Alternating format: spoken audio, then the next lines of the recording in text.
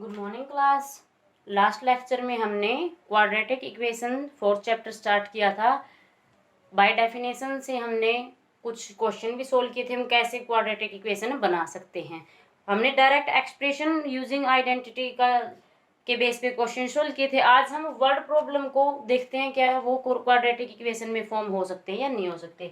तो देखिए क्या क्वेश्चन है। The area of a rectangular plot is 528 metre square. किसी रेक्टेंगुलर प्लॉट का एरिया आपको डिफाइन कर रखा है। The length of plot is 1 metre more than its twice its breadth. और जो ब्रेथ और लेंथ है वो प्रॉपर वैल्यू ना देके एक कंडीशन के थ्रू डिफाइंड कर रखी है। Now we have to need the length and breadth of plot. हमें ये चेक करना है क्या आप लेंथ और ब्रेथ निकाल सकते हो उस प्लॉट के लिए। सो शॉर्टली हमें क्या करना है, जो आपको एरिया दे रखा है उसको एक क्वाड्रेटिक इक्वेशन में फॉर्म करना है। तो सबसे पहले क्या होना चाहिए, लेंथ और ब्रेथ होनी चाहिए।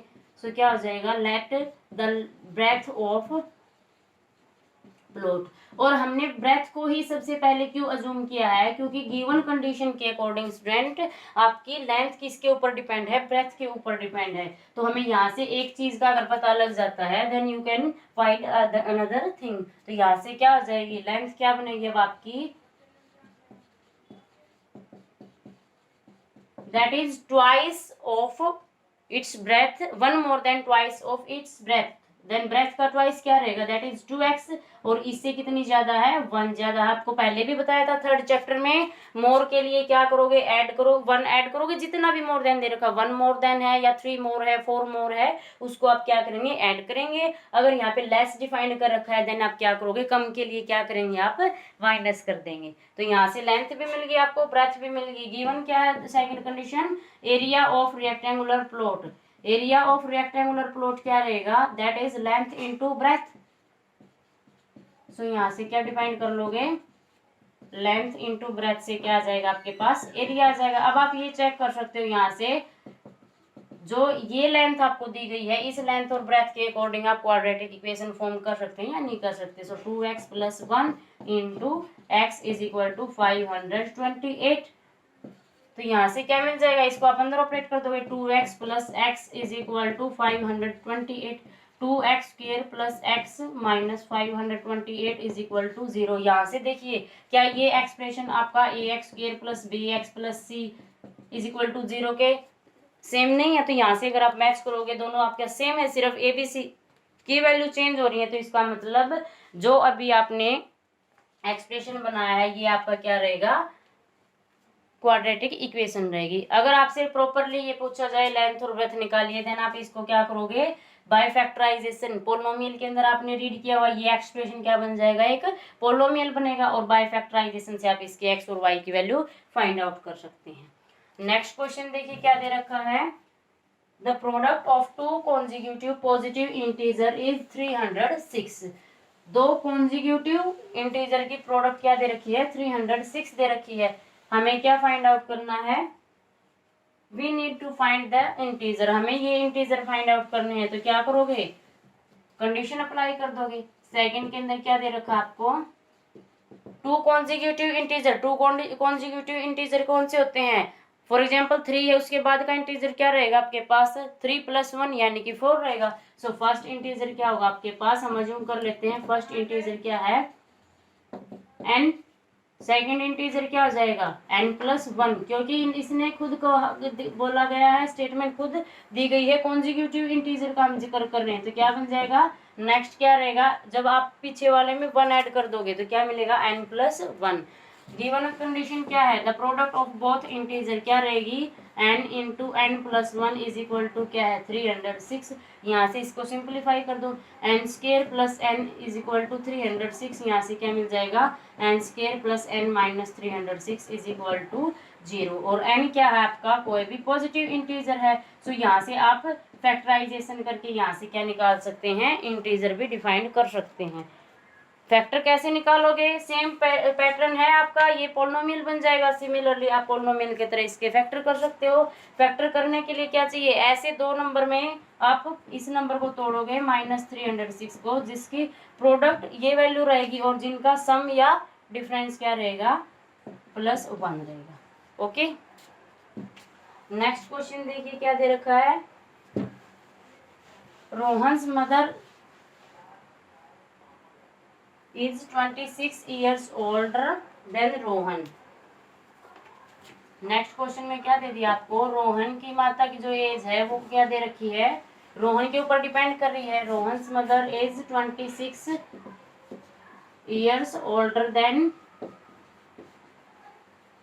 रोहन। उसके बाद क्या कंडीशन डिफाइन कर दी, the product of their ages, दोनों की प्रोडक्ट क्या दे रखी है, product of their ages. Their ages का मतलब रहेगा रोहन और उसकी मदर की जो एज है उन दोनों की प्रोडक्ट 3 years फ्रॉम नाउ, कब से लेकर 3 साल से लेकर अब तक कितनी हो जाएगी, 360 इज 360। क्या फाइंड आउट करना है, we need to find their present age, हमें क्या फाइंड आउट करना है, उनकी प्रेजेंट एज फाइंड आउट करनी है। तो यहाँ से देखिए रोहन की माँ की जो एज है, रोहन की मदर की जो एज है वो किस पे डिपेंड हो रही है, रोहन की एज पे डिपेंड हो रही है। सो अगर हमें यहाँ से रोहन की एज का अगर पता लग जाता है प्रेजेंट एज का, तो हम उसकी मदर की भी एज फाइंड आउट कर सकते हैं। So let us assume the present age of Rohan क्या हो जाएगी, that is x year. The present age of Rohan's mother क्या रहेगी, रोहन्स मदर की 26 ओल्डर दे रखा है, इसका मतलब क्या हो जाएगी x प्लस 26। रोहन से कितनी ज्यादा है, 26 ईयर ज्यादा है, तो आप क्या करोगे, x के अंदर 26 ऐड कर दोगे। Now according to given condition, condition क्या गिवन है, प्रोडक्ट ऑफ देयर एजेस, दोनों की एज की प्रोडक्ट क्या दे रखी है, 360 दे रखी है। तो यहाँ से दोनों की प्रोडक्ट क्या रहेगी, प्रोडक्ट ऑफ देयर एजेस 360 क्या आ जाएगी, यहाँ से x into 26 plus x is equal to 360। तो यहाँ से क्या रहेगा, 26x plus x square is equal to 360। यहाँ से फिर से क्या लिखोगे, x square plus 20x minus 360 is equal to 0। ये फिर से क्या मिल गया आपको, एक एक्सप्रेशन मिल जाता है, एक इक्वेशन मिल जाती है, आपने इसको चेक करना है। अगर वेरिएबल की हाईएस्ट डिग्री 2 है तो ये क्या बनेगी, क्वाड्रेटिक इक्वेशन। अब आप इसके फैक्टर भी फाइंड आउट कर सकते हैं, रोहन की एज भी फाइंड आउट कर सकते हैं। वो फैक्टर जो हम फाइंड आउट करते हैं वो क्या बनेंगे, वो इस इक्वेशन का सॉल्यूशन बन जाएंगे। ओके, नेक्स्ट एक्सरसाइज में हम इसी को डिस्कस करेंगे। लास्ट क्वेश्चन देखिए आपका क्या रहेगा बच्चों,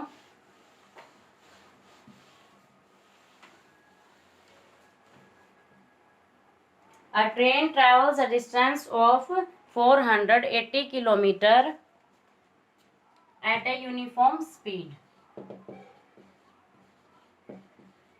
एक ट्रेन है जिसकी स्पीड दे रखी है, डिस्टेंस कितनी दे रखी है total, train travels A distance of 480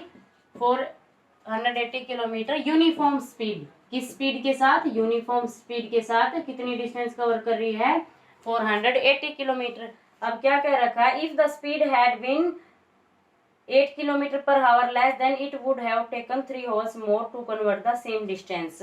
ये क्या कह रखा आगे, अगर जब यूनिफॉर्म स्पीड से डिस्टेंस कितनी कवर कर रही है, 480 किलोमीटर। अब क्या कह दिया, अगर उसी ट्रेन की स्पीड पहले के कंपेयर में 8 किलोमीटर पर आवर लेस कर दी जाए, कम कर दी जाए, देन वो जो स्पीड है 480 किलोमीटर जो स्पीड चल रही है वो कितने टाइम में कवर करेगी, 3 घंटे पहले टाइम के कंपेयर में क्या लेगी, ज्यादा लेगी। सो हम अज्यूम कर लेते हैं यहाँ पे हमें क्या फाइंड आउट करना है, we have to find the speed of train. So हम यहाँ सपोज कर लेते हैं, let us suppose the speed of train क्या दे रखी है, x किलोमीटर पर आवर। ये हमने क्या अज्यूम कर ली, ट्रेन की स्पीड अज्यूम कर ली। अब यहाँ से डिस्टेंस भी आपको दे रखी है, कितनी है, 480। और दूसरा क्या कह रखा है, पहले के कंपेयर में कितनी डिस्टेंस स्पीड कम कर दी, 8 कम कर दी। सो प्रेजेंट स्पीड क्या हो जाएगी, present speed of train is x minus 8। आपके पास दोनों स्पीड मिल जाती है, दोनों में कितना टाइम लेंगे, अब यहाँ से इस स्पीड के साथ जब 480 किलोमीटर डिस्टेंस कवर की है, वो जो टाइम आया है, let us suppose that time is t। ये time as compare to this speed कितना रहेगा, t+3, यानी कि कितना ज्यादा गया है, 3 घंटे ज्यादा लग रहे हैं। कम स्पीड है तो ज्यादा टाइम लगेगा ना, तो यहाँ से क्या रहेगा, दोनों टाइम को कंपेयर करोगे क्या आ जाएगा, डिस्टेंस क्या होगी यहाँ से आपके पास 480 दे रखा है, तो यहाँ से आप क्या करोगे 480/x माइनस क्या हो जाएगा 480/x minus 8 is equal to time कितना ले रहा है 3, तो यहाँ से आप इसको क्रॉस मल्टीप्लाई करके इजिली सिंप्लीफाई कर सकते हैं। आपने क्या चेक करना है, ये जो इक्वेशन है आपकी क्वाड्रेटिक इक्वेशन बनेगी कि नहीं बनेगी, यानी कि जो वेरिएबल है वो कितनी पावर में होना चाहिए आपका 2 पावर में होना चाहिए, तो यहाँ से आप एलसीएम लेके इसको सिंप्लीफाई कर सकते हैं। नेक्स्ट टॉपिक देखिए आपका क्या है, solution of a quadratic equation by factorisation. Next topic क्या दे रखा है, जो हमने क्वाड्रेटिक इक्वेशन डिस्कस की है ax² + bx + c is equal to 0, इसके हमने क्या फाइंड आउट करने हैं, सॉल्यूशन। सॉल्यूशन का मतलब क्या रहेगा, वो वैल्यू जो इस वैल्यू को लेफ्ट हैंड साइड और राइट हैंड साइड को सेम बना दे, तो वो इसका क्या बनेंगी, सॉल्यूशन रहेंगे। सो आपके पास मेथड डिफाइन कर रखा है फैक्टराइजेशन मेथड। फैक्टराइजेशन का मतलब क्या होगा, जो आपकी मिडिल टर्म है आप उसको फर्स्ट और थर्ड टर्म के 2 फैक्टर में स्प्लिट करेंगे, ब्रेक करेंगे, जो आपने सेकंड चैप्टर में अच्छे से सीखा हुआ है। सो आपका फर्स्ट क्वेश्चन क्या है, नेक्स्ट एक्सरसाइज का, find the roots of the following quadratic equation by factorisation. आपको फर्स्ट लेक्चर में भी बताया था, जो सॉल्यूशन होंगे, जो वैल्यू इसको सेटिस्फाई करेंगी, वो वैल्यू क्या बन जाएंगे, इसके रूट्स बन जाएंगे इक्वेशन के। तो हमें क्या फाइंड आउट करना है, डायरेक्टली एक्स की वैल्यू का मतलब रहेगा इस इक्वेशन के हमने रूट्स फाइंड आउट करने हैं। तो आपको इक्वेशन क्या दे रखी है, x² - 3x - 10 is equal to 0। तो यहाँ से इसके रूट कैसे निकालोगे, आपके पास आपने पोलिनोमियल को डिस्कस किया हुआ है, तो यहाँ से क्या रहेगा, जो आप मिडिल टर्म है इसको किसकी फॉर्म में ब्रेक करेंगे, 1 × -10, 1 × -10 क्या देगा आपको -10, और सम कितना होगा, इसके आप फैक्टर करोगे क्या रहेगा, -10 × 1 5 × 2 क्या देगा, यहाँ से इनमें से -5 हो सकता है या फिर -2 हो सकता है, ये आपको कौन बताएगा, बीच वाली टर्म, यानी कि x का कोफिशिएंट बताएगा। ओके, तो यहाँ से देखिए 5 2 जा क्या देगा आपको 10 देगा, और 5 में से जब आप 2 ऐड करो, -5 में 2 ऐड करोगे क्या मिलेगा -3, सो फैक्टर क्या हो जाएंगे -5 × 2। तो यहाँ से आप क्या लिख सकते हो, x² - 5x + 2x - 10 is equal to 0। 3 से आपने फोर्थ टर्म में इसको कन्वर्ट कर दिया है। अब हम क्या करेंगे, फर्स्ट 2 और लास्ट 2 को कलेक्ट कर लेंगे। सो यहाँ से देखिए क्या कॉमन आ रहा है, x कॉमन रहेगा, अंदर क्या बच गया x - 5 प्लस यहाँ से क्या कॉमन रहेगा 2, अंदर क्या बच जाएगा x - 5 इज इक्वल टू 0। अब यहाँ से क्या रहेगा x - 5 x + 2 is equal to 0। जब आप पोलिनोमियल के अंदर इस चीज को डिस्कस करते हो, तो आप क्या करते हो, जीरोज निकालने के लिए जीरो की डेफिनेशन लगाओगे। जीरोज क्या होते हैं, जो इस x की वो वैल्यू जो इस इन फैक्टर की हेल्प से इस पोलिनोमियल को जीरो बना दे। तो यहाँ से क्या करते हो, इस फैक्टर को क्या करोगे आप, जीरो के इक्वेट पुट कर दोगे। लेकिन इक्वेशन में देखिए ये दोनों फैक्टर की प्रोडक्ट जीरो है, तो ये कब पॉसिबल होगा, या तो फर्स्ट फैक्टर जीरो हो या फिर सेकंड फैक्टर जीरो रहेगा, तभी पॉसिबल होगा। तो यहाँ से फर्स्ट फैक्टर जब जीरो बन जाता है x कितना रहेगा 5, और जब सेकंड फैक्टर आपका जीरो बन जाएगा देन x कितना रहेगा -2। x = 5, x = -2 are the solution of given equation. So first equation के सॉल्यूशन क्या होंगे, फर्स्ट इक्वेशन के रूट्स क्या होंगे 5 और -2। रूट्स ऑफ गिवन इक्वेशन या first equation is 5 and -2। Okay, similarly आप नेक्स्ट कीजिएगा। नेक्स्ट देखिए क्या दे रखा है, √2x² + 7x + 5√2 is equal to 0। जब आप इसको जनरल फॉर्म से कंपेयर करते हो, a कितना मिलेगा आपको √2, b कितना मिलेगा आपको 7, c कितना मिलेगा आपको 5√2। अब हमें क्या करना है, फैक्टराइजेशन के लिए a और c की प्रोडक्ट को b के सम में हमें ब्रेक करना है। तो यहाँ से देखिए a और c की प्रोडक्ट क्या रहेगी, a × c क्या देगा 5√2 इंटू में √2, ये क्या देगा 5 × 2 दैट इज 10। यानी कि हमें ऐसे दो फैक्टर सेलेक्ट करने हैं जिनकी प्रोडक्ट 2 रहेगी और जिनको आप ऐड करते हो या सब्ट्रैक्ट करते हो उनकी वैल्यू b के इक्वल आनी चाहिए। सो b कितना है 7। जब आप 5 और 2 को ऐड करोगे 5 2 10 देगा आपको, और 5 और 2 को डायरेक्ट ऐड करते हो डायरेक्ट क्या मिल जाएगा, दैट गिव्स यू 7। इसका मतलब 7x को आप क्या लिख सकते हो, 5x plus 2x plus 5√2 is equal to 0। अब यहाँ से देखिए 3 फैक्टर से आपने कितने फैक्टर में कन्वर्ट कर दिया, 4 में। अब आप फर्स्ट 2 और लास्ट 2 को कंपेयर कर सकते हैं, यहाँ से करेक्ट कर सकते हैं। क्या मिलेगा, अंदर x कॉमन हो जाएगा, अंदर क्या बच जाएगा √2x प्लस 5। यहाँ से क्या मिलेगा आपके पास, यहाँ देखिए 2 है, यहाँ पे √2 है, इस 2 को आप क्या लिख सकते हो, 2 इज इक्वल टू √2 इंटू √2 लिख सकते हो। तो इस 2 के को यहाँ से लिखने के बाद क्या आ जाएगा, √2 आप दोनों टर्म में से कॉमन निकाल सकते हो, अंदर क्या बच जाएगा √2x plus 5 is equal to 0। जो ये आप कॉमन निकालते हो इसका ये फैक्टर और ये फैक्टर क्या रहेंगे, सेम रहेंगे।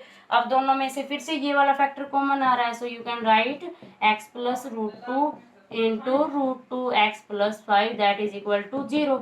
अब यहाँ से देखिए क्या कह रखा है, इन दोनों फैक्टर की प्रोडक्ट क्या है 0। ये कब पॉसिबल होगा, जब आइदर दिस फैक्टर 0 और दिस फैक्टर 0। तो यहाँ से x plus √2 is equal to 0 हो जाएगा और √2x plus 5 is equal to 0 रहेगा। सो x की वैल्यू क्या आ जाएगी, -√2। यहाँ से x की वैल्यू क्या आएगी आपके पास -5, x is equal to -5/√2। x is equal to -√2 और x इज इक्वल टू -5/√2 क्या हो जाएंगे, दोनों इस इक्वेशन के फैक्टर रहेंगे, सॉल्यूशन रहेंगे और 0 रूट्स रहेंगे। ओके फ्रेंड्स, सिमिलरली आप नेक्स्ट को अटेम्प्ट कर सकते हैं। नेक्स्ट क्वेश्चन दिया हुआ है आपको, solve the problem given in example 1। आपको एग्जाम्पल 1 दे रखा है, उसके अंदर क्या दे रखा है, स्टेटमेंट वर्ड प्रॉब्लम है जो हमने आज डिस्कस की है।